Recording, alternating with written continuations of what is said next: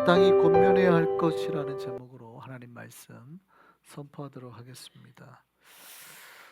신자는 이 세상 그 누구보다도 말을 잘 듣는 자입니다.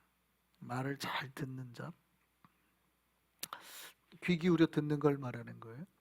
근데 세상의 말을 잘 듣는 게 아니라 뭐 학교 선생님 말을 잘 듣는 거 뭐 좋지만 그거를 말하는 게 아니라 남편의 말을 잘 듣는 거 뭐 그것도 나쁘지 않겠지만 그거를 말하는 게 아니라 하나님의 말을 잘 듣는 자입니다.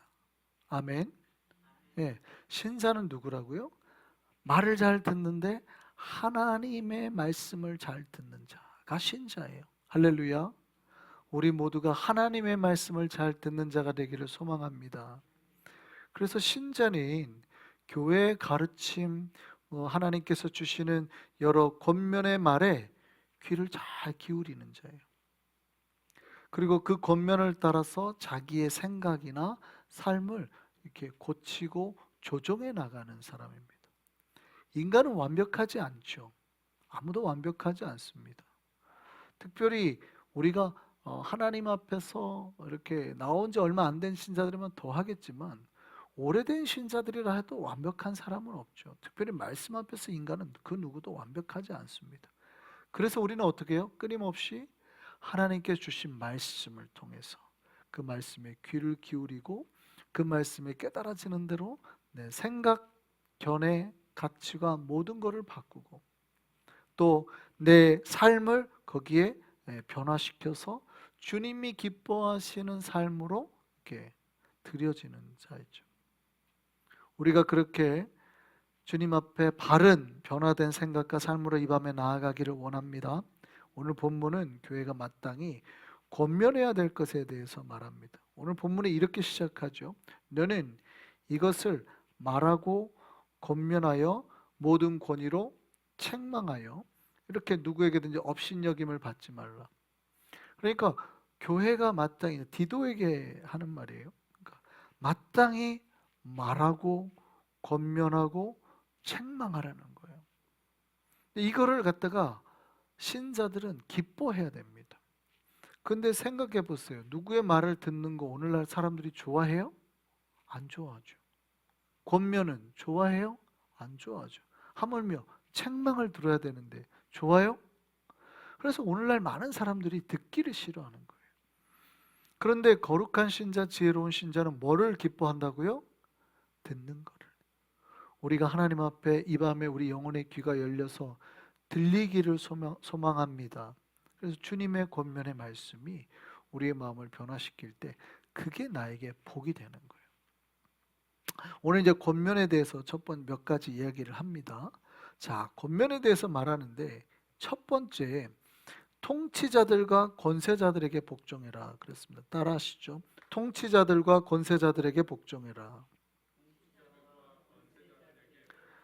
오늘 첫 번째 권면은 가치관에 대한, 철학에 대한, 일반적으로 사회 규범에 대한, 사회법이라고 이해해도 좋죠. 이거에 대한 권면입니다.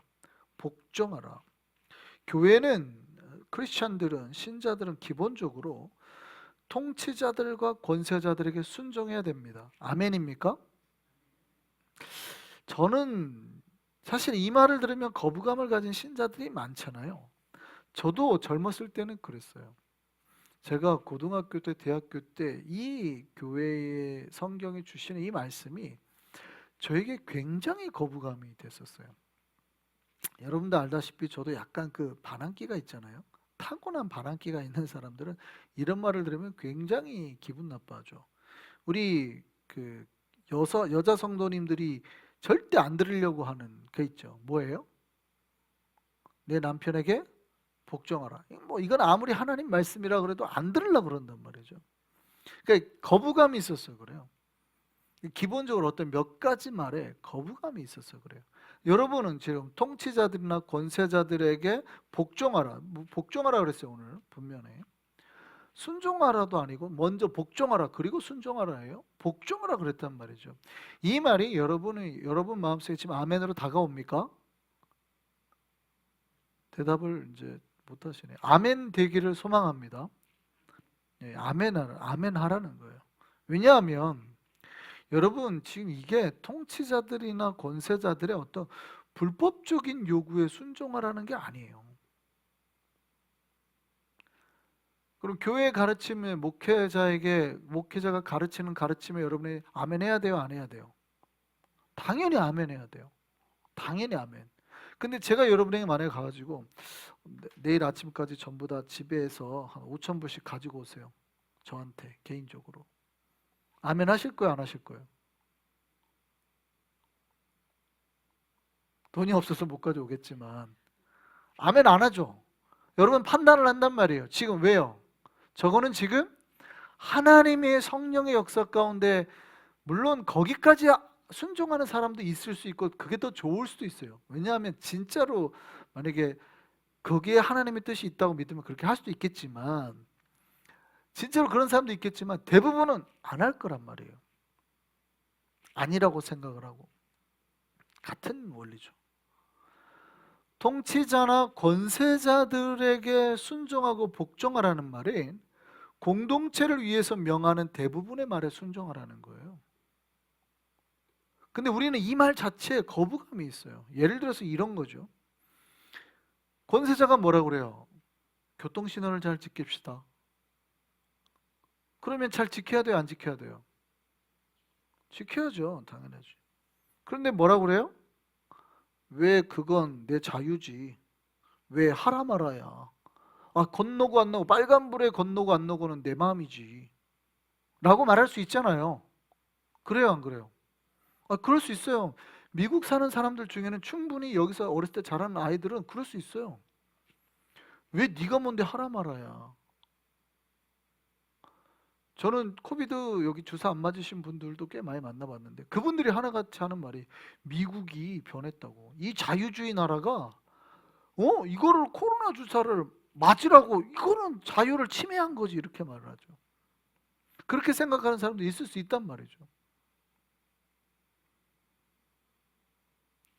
그런데 통치자가 백성들을 함부로 자유를 억압하려고 교통신호를 지키라고 한 거예요? 아니죠. 그래서 일반적으로 통치자가 사회의 규범을 위해서 내준 거를 지키라는 거예요. 자, 그럼 보세요. 교통신호를 잘 지키라는 게 성경에 있어요, 없어요? 없네. 그렇죠? 왜냐하면 그 시절에는 교통신호라는 게 없었으니까. 그러니까 이렇게 말하는 사람이 있어요. 목사님, 성경에 어디 교통신호 잘 지키라는 게 있습니까? 맞는 말이에요, 틀린 말이에요?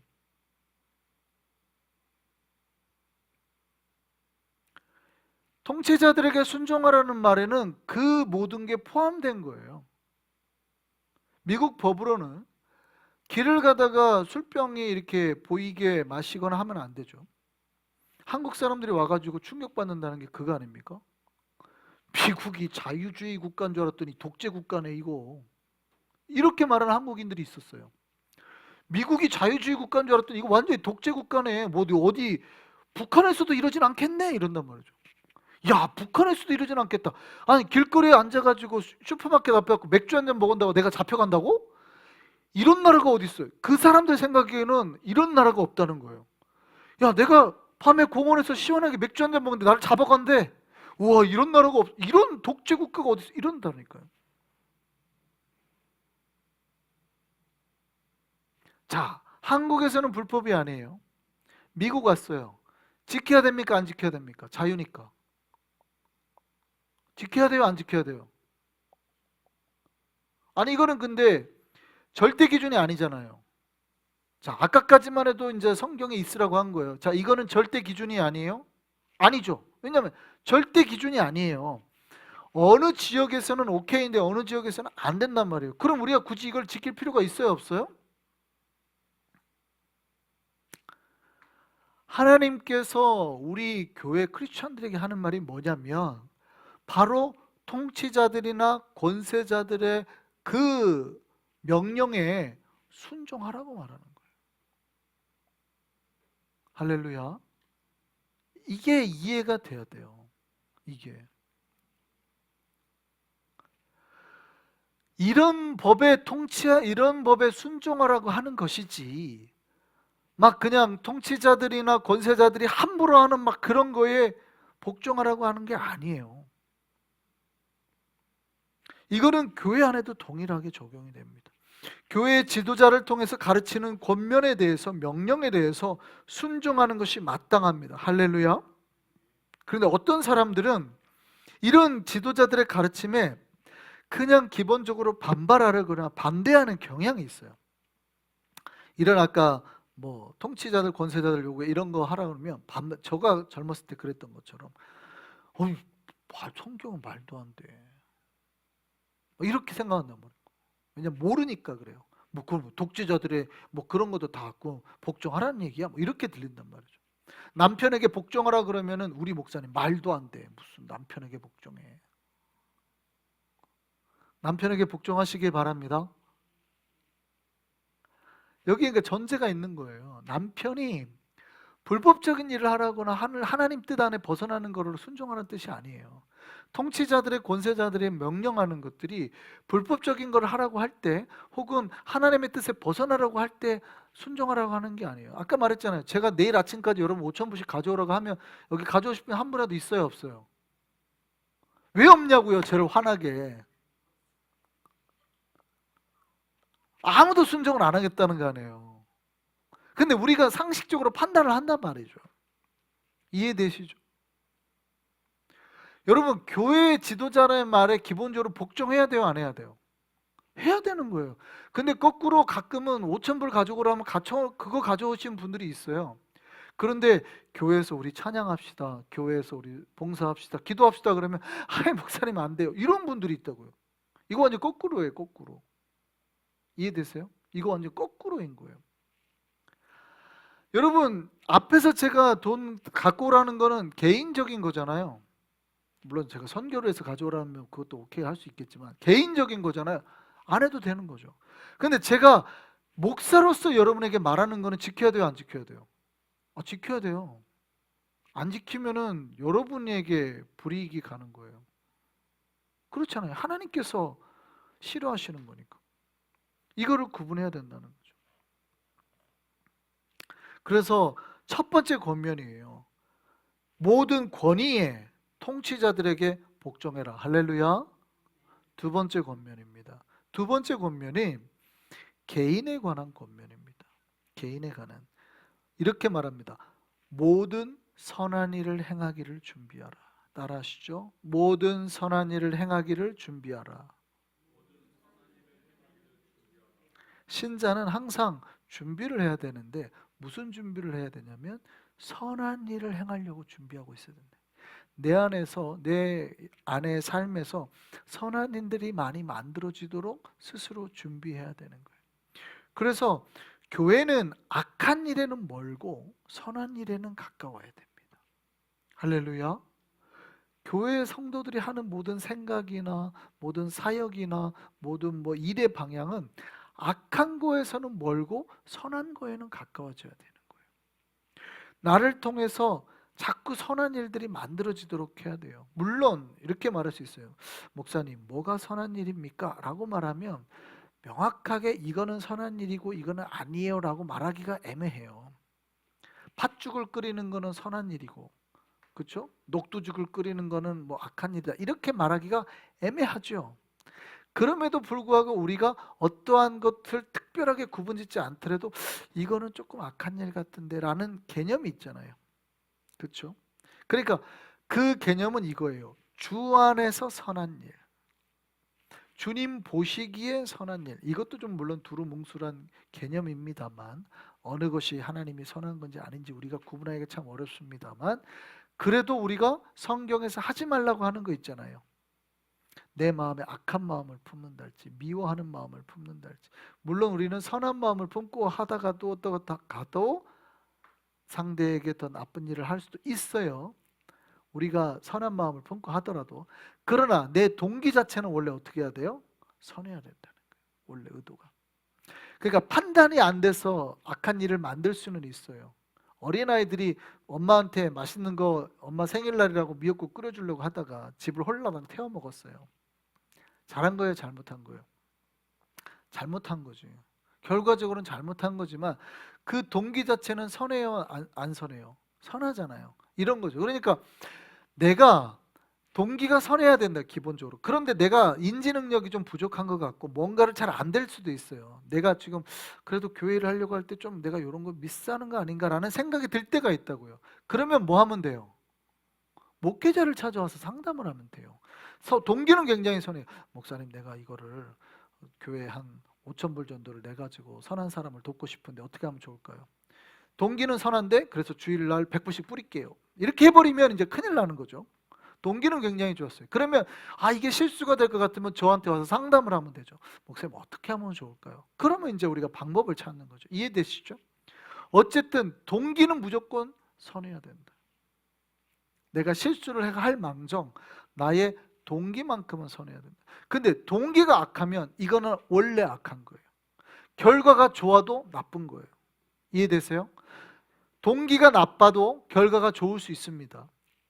그런데 크리스찬에게는 해당되지 않는 거예요. 무조건 뭐 해야 된다고요? 선해야 된다. 자, 세 번째입니다. 세 번째 권면은 관계에 대한 권면입니다. 관계에 대한 권면입니다. 따라하시죠. 범사에 온유하라. 자, 여기에는 이제 몇 가지에 대한 것이 계속 나오긴 하는데요. 공동체 안에서 서로가 어떻게 해야 될지에 대한 가르침입니다. 오늘 계속 반복해서 말합니다. 따라하시죠. 비방하지 말라, 다투지 말라, 관용하라, 범사에 온유하라. 네. 그래서 우리가 권면을 주시는데 관계 가운데 타인에게 굉장히 관대해라는 표현이에요. 공동체에서. 여러분, 신자가 자신에게 엄격해야 될까요? 타인에게 엄격해야 될까요? 네, 자신에게 엄격해야 돼요. 심리학적으로는, 심리 상담학에서는 자신에게 엄격하면 안 돼요. 물론 네, 옛날에 저희 가르쳤던 교수님이 한번 비판한 적이 있었는데요. 요즘에는 자꾸 자기를 사랑하래. 왜 이러나 모르겠어요. 성경은 타인을 사랑하라고 말하는데 요즘엔 자꾸 자기를 사랑하래. 어디서 이게 나왔나 봤더니 심리학에서 나왔다는 거예요. 이게 성경적이진 않아요. 그런데 오늘날에는 자기 자신을 사랑하지 않는 사람이 너무 많아서 심리학에서는 대부분 어떻게 가르쳐요? 나를 사랑해야 이웃을 사랑할 수 있다. 이렇게 요즘에 많이 가르치는 추세예요. 그게 꼭 틀린 건 아니에요. 오늘날에 자기를 사랑하지 못하는 사람이 너무 많기 때문에, 자기 비하하는 사람이 너무 많기 때문에 뭐 그것도 맞는데, 원래는 자기에 대해서는 어떻게 해야 돼요? 엄격해야죠. 타인에 대해서는 사랑하고 관용하고 관대해야 됩니다. 다른 사람의 실수나 부족함에 대해서는 숨겨주고 안아주고 덮어줘야 된다는 얘기죠. 그래서 성경의 잠언에 뭐냐면 다른 사람의 비밀이나 허물은 말하래요, 말하지 말래요? 말하지 말라고 돼 있어요. 내가 다른 사람의 허물을 알아요. 나만 알아. 그러면 말하래요, 말하지 말래요? 말하지 말라. 근데 우리는 거꾸로 하는 경우가 있어요. 반대로 할 때가 있단 말이죠. 자기의 실수에 대해서는 누가 이렇게 뭐라고 하면 뭐라고 말해요? 그럴 수 있지. 교회가 사랑이 없네. 어찌 이리 교회가 사랑이 없고 관용이 없고 누구 하나 실수하면 그렇게 잡아먹으려고 하니? 인간이 그럴 수 있지. 너는 완벽하니? 뭐 이렇게 말한단 말이죠. 그런데 다른 사람의 부족함에 대해서는 뭐라고 그래요? 야, 너 왜 그렇게 하는 거니? 네가 크리스찬이 맞니? 네가 집사가 맞니? 네가 목사가 맞니? 이런단 말이에요. 다른 사람한테는 뭐라고 말해야 돼요? 그럴 수 있어. 따라하시죠. 그럴 수 있어. 제가 굉장히 잘 쓰는 말 중에 하나예요. 누가 뭐 했다고 하면 그럴 수 있어. 그럴 수 있어. 제가 굉장히 잘 쓰는 말 중에 하나예요. 따라하시죠. 그럴 수 있어. 다른 사람이 실수하거나 잘못하면 그럴 수 있어. 근데 내가 실수하거나 잘못했을 때는 그러지 말아야지. 따라하세요. 그러지 말아야지. 근데 거꾸로 하죠. 자기가 실수하면 뭐라 그래요? 그럴 수 있어. 야, 그럴 수 있어. 그럴 수 있어. 다른 사람이 실수하면 뭐라 그래요? 야, 너 그러지 말아야지. 이렇게 말한단 말이죠. 거꾸로 할 수 있는 저와 여러분 되기를 바랍니다. 반대로 해야 돼요. 오늘 성경에 말하는 건 뭐라냐면 너희가 다른 사람에 대해서 뭐 하지 말라? 비방하지 말라. 그리고 그 사람하고 뭐 문제 때문에 뭐 하지 말라? 다투지 말라. 그럼 어떻게 하라고요? 관용해라. 그냥 관용해라. 용서를 보이라는 거예요. 뿐만이 아니라 어떻게 해요?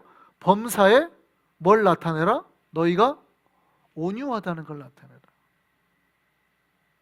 근데 내가 뭐 할 때는 다른 사람이 막 그래 공격하면 이 나쁜 사람다 이러는데 다른 사람이 또 뭐 하잖아요? 그럼 막 공격해요. 그러면 안 된다고요. 다른 사람이 뭐 해도 항상 실수해요. 실수하면 뭐라고 말하라고요? 그럴 수 있어. 내가 잘못할 때는 어떻게 하라고요? 그러지 말아야지. 왜 그렇게 하라는 거예요? 왜 자신에게는 엄격한 잣대를 대고 타인에 대해서는 관용하고 온유함을 나타내라고요? 왜 그러라는 거예요? 이게 사실은 경건의 모양이거든요. 경건의 모양. 그러니까 저 사람이 경건한지 아닌지를 딱 보면 알 수 있는 게 있어요. 자기한테는 되게 엄격하고 타인한테 되게 관대한 사람은 경건한 자예요. 근데 안 경건한 사람의 특징이 어쩐지 알아요? 정반대로 나타납니다. 다른 사람이 기도 안 할 때는 기도하라고 막 하고 자기는 기도 안 하고, 다른 사람이 잘못하면 막 비방하는데 자기가 실수할 때는 이거 그럴 수 이렇게 말한다고. 이게 경건하지 않은 사람의 특징이에요. 경건한 사람은 정반대로 갑니다. 그래서 많은 수도사들이 항상 무엇을 위해서 기도를 해요? 자기의 삶에 부족함이 없는지를 돌아보기 위해서 기도하는 거예요. 다. 하나님, 제가 오늘 말을 어떻게 했나요? 제가 오늘 행동을 어떻게 했나요? 다 자기를 위해서 보지, 하나님 왜 저 집사가 저따구로 말했을까요? 이렇게 생각 안 한다고요. 저 집사가 저렇게 말해가지고 내가 오늘 기분이 나쁜데요. 저 집사 가만두지 마시죠. 이런 기도 안 한다고요. 수도사들이나 이런 사람들이 그런 기도하는 거 봤어요? 그런 기도는 없어요. 나만 열받아가지고 밤새 그런 기도하는 거지, 사실은 하나님 내가 왜 말을 그렇게 했을까요? 내가 왜 생각을 그렇게 했을까요? 내가 왜 행동을 그렇게 했을까요? 나를 위해서 기도하는 거예요. 다른 사람이 잘못하면 대부분 어떻게 해요? 용서와 관용으로. 그렇게 하라는 이유가 뭐예요? 오늘 본문에 봤더니 이렇게 되어 있어요.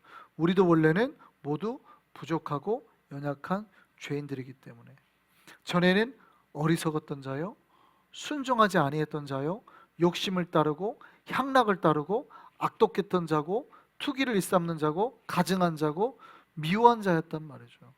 우리가 다 하나님 모르던 죄인이었을 때는 그들보다 더 심했단 말이죠.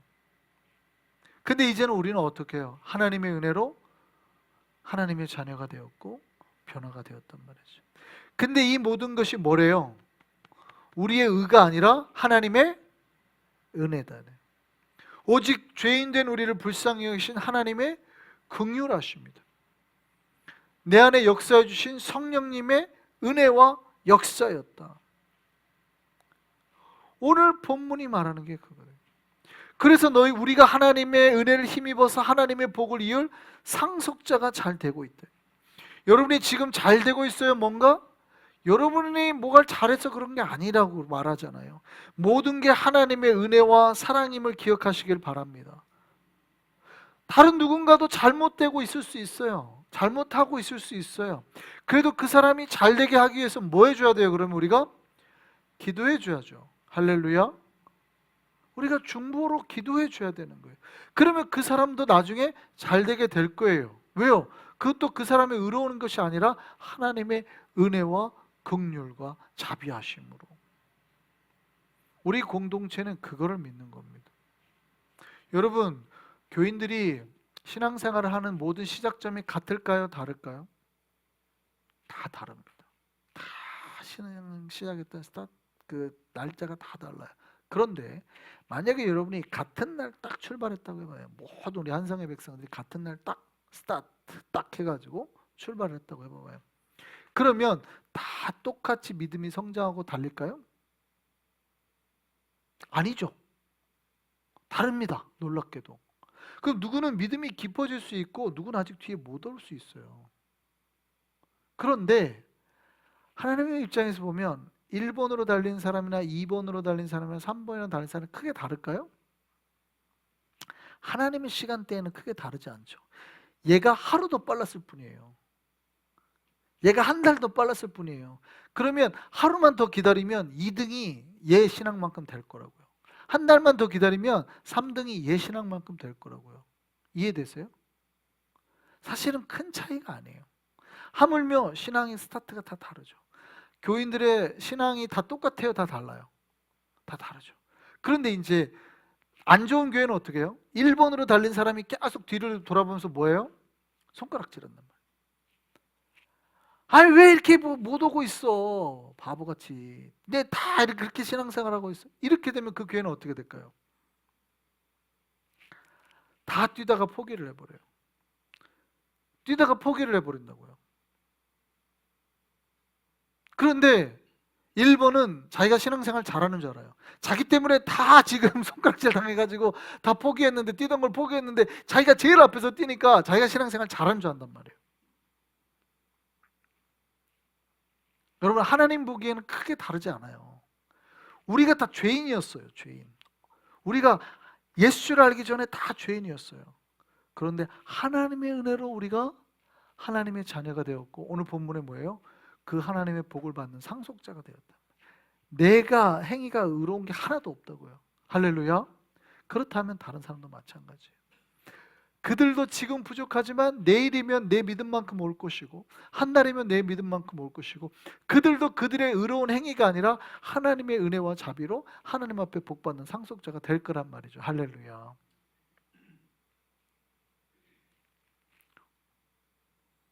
그래서 오늘 우리 교회에 주신 세 가지 권면을 잘 기억하시길 바랍니다.